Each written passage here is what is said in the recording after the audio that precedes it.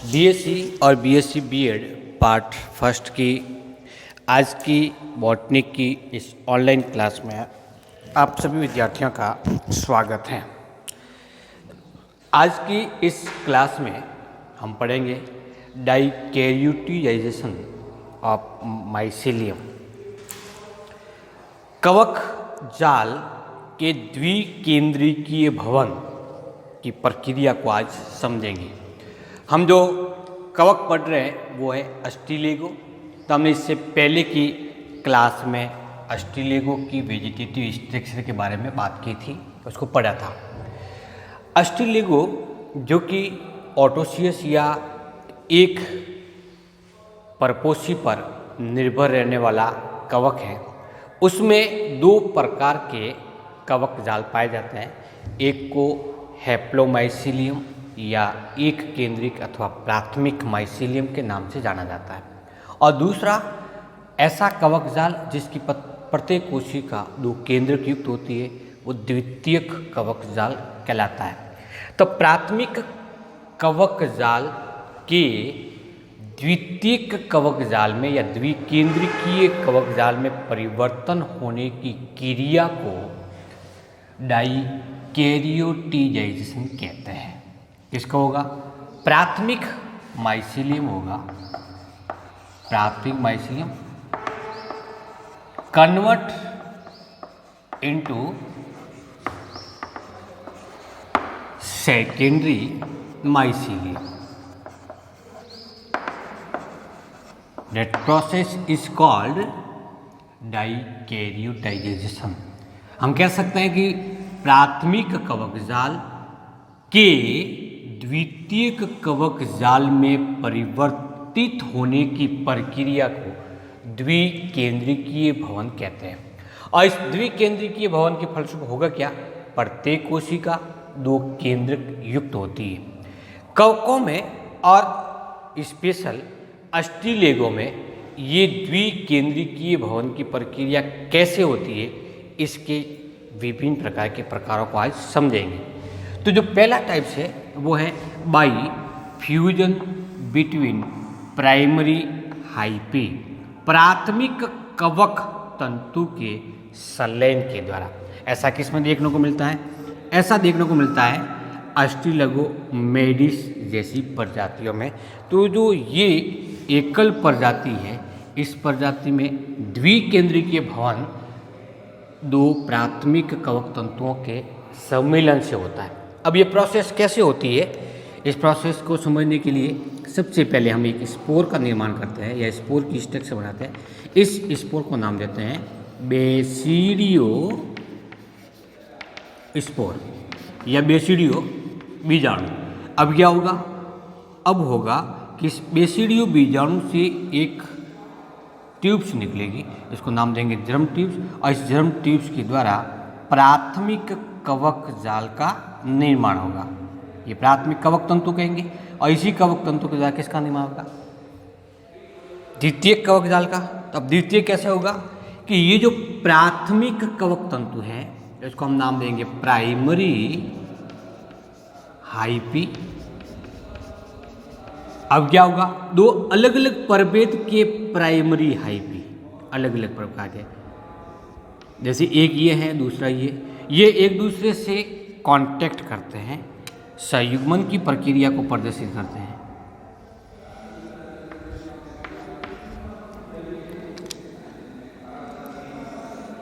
ठीक इस प्रकार से जिस स्थान से ये जुड़े हुए हैं, इसकी उभयनिष्ठ भित्ति के विलीन होने से ये दोनों कवक तंतु से एक नए कवक तंतु का निर्माण होता है, जिसके एक कोष्ठक में कितने केंद्रक पाए जाते हैं? दो केंद्रक पाए जाते हैं। एक केंद्रक एक तंतु का होगा और दूसरा केंद्रक दूसरे तंतु का होगा। अर्थात एक एकल केंद्रिकीय तंतु किस में परिवर्तित हो गया? द्विकेंद्रिकीय तंतु में डाइकैरियोटिक हाइपी का निर्माण किया। तो लिख सकते हैं हम इसको द्विकेंद्रिकीय कवक तंतु बन गया। सिंपल सी विधि होगी, सिंपल सा टाइप्स हो गया। क्या होगा? वापस देख लीजिए इसको।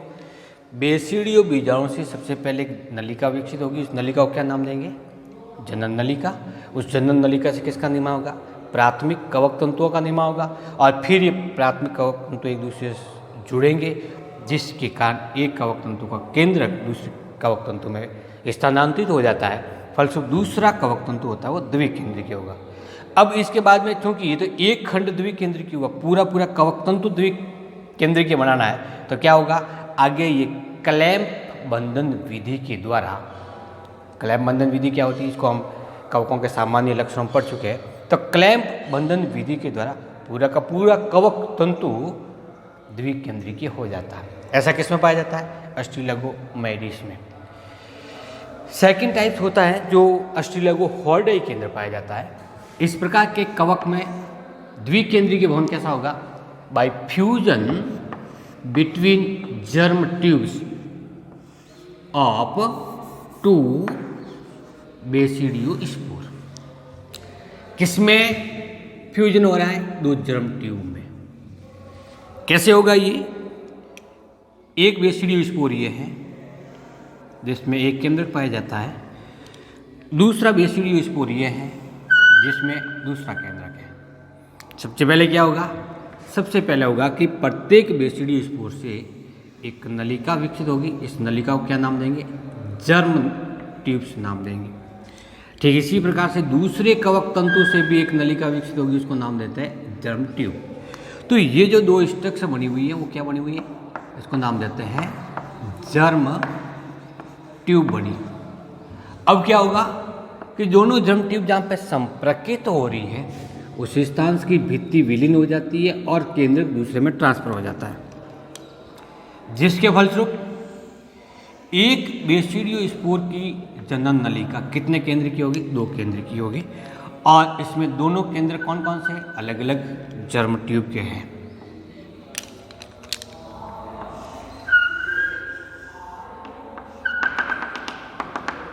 तो ये जो कवक तंतु, ये जो जर्म ट्यूब बनी हुई है, कैसे बनी हुई? दो केंद्र की बनी हुई है। अब ये कवक तंत्र जर्म ट्यूब जब आगे विकसित होगी तो कौन से प्रकार के माइसीलियम का निर्माण करेंगे? तो 100% जो माइसीलियम बनेगा वो कौन सा बनेगा?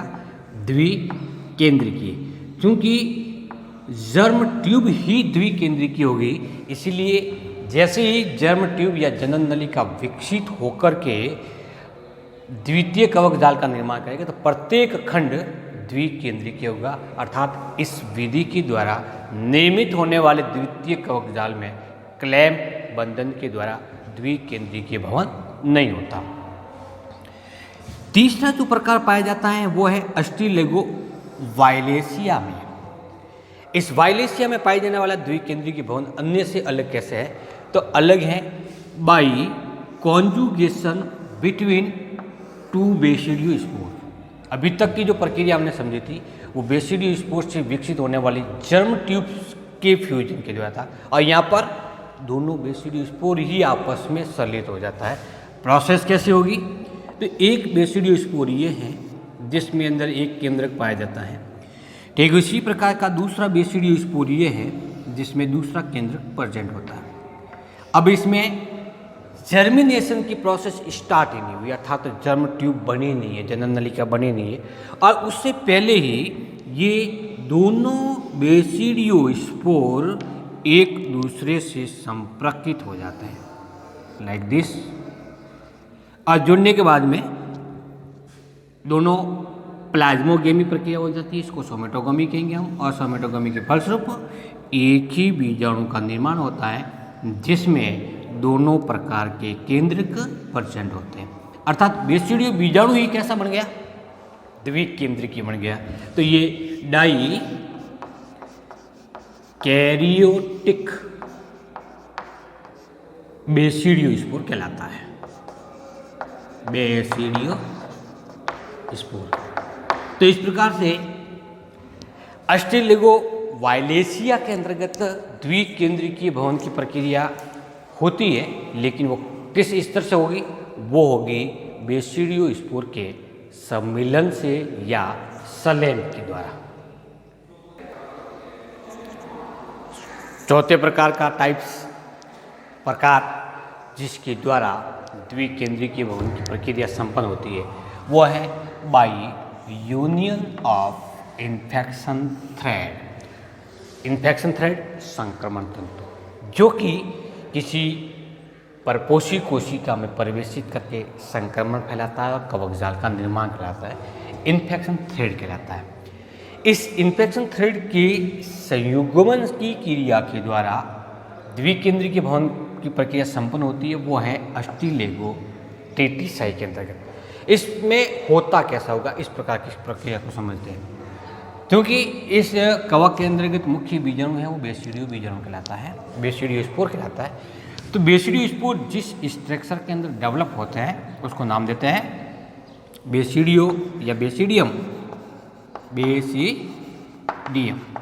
अब बेसिडियम में पाई जाने वाली ये जो कोशिका है वो कैसी है, द्विगुणित कोशिका है, 2n है। सबसे पहले मियोसिस होगा, तो मियोसिस के द्वारा कुल 4 केंद्रकों का निर्माण होगा,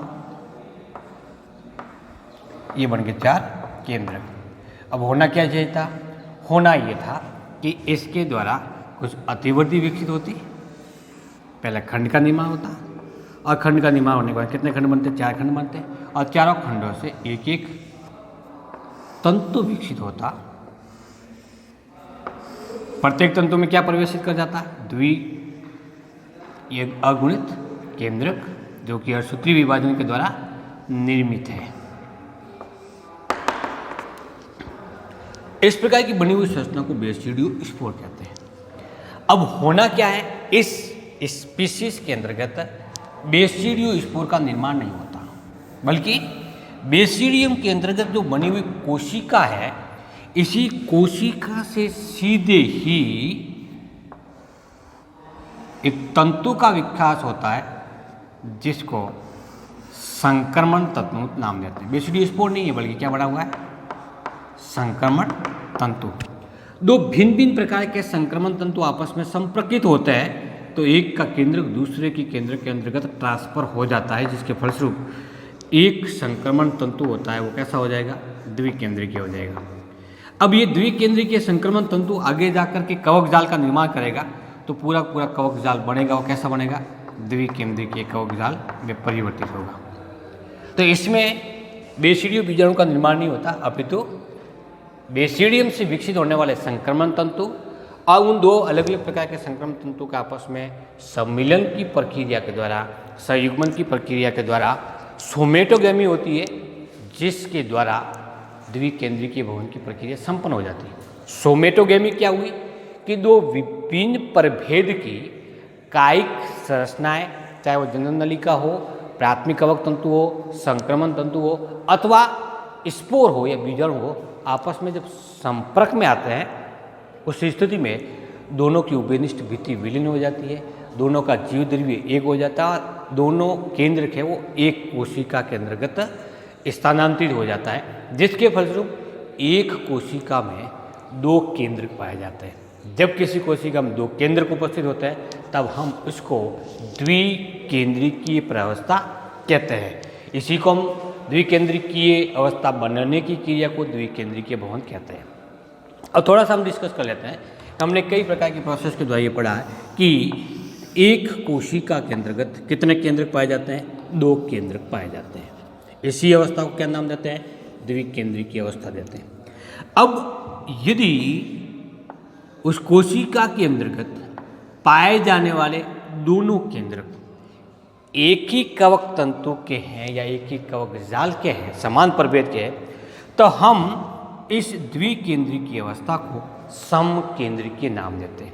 लेकिन यदि दोनों केंद्र अलग अलग प्रभेद के हैं, जैसे इसमें कलर के द्वारा प्रदर्शित किया गया, एक ग्रीन कलर का, एक ग्रे कलर का है, तो हम इस स्थिति को विषम केंद्रीय अवस्था नाम देते हैं। अर्थात द्विकेंद्रीय भवन के फलस्वरूप निर्मित होने वाले द्विकेंद्रीय कवक तंतु में केंद्रक समकेंद्रीय भी हो सकते हैं और विषम केंद्रीय भी हो सकते हैं। द्विकेंद्रीय कवक तंतु परपोषी कोशिका में विकसित होकर के माइसीलियम का निर्माण करता है, जिसको सेकेंडरी माइसीलियम कहेंगे, और इसी सेकेंडरी माइसीलियम के द्वारा फिर कई जनन संरचनाएं विकसित होगी। तो इस प्रकार से आज के इस टॉपिक में हमने कवकजाल में द्विकेंद्रिकीय भवन की प्रक्रिया को समझा है। ये किसके संदर्भ में समझ रहे हैं? अस्टिलेगो के संदर्भ में समझ रहे हैं। नेक्स्ट क्लास में अस्टिलेगो में किस प्रकार से अलैंगिक बीजाणु के द्वारा जनन की प्रक्रिया संपन्न होती है के बारे में हम डिस्कस करेंगे। Thank you.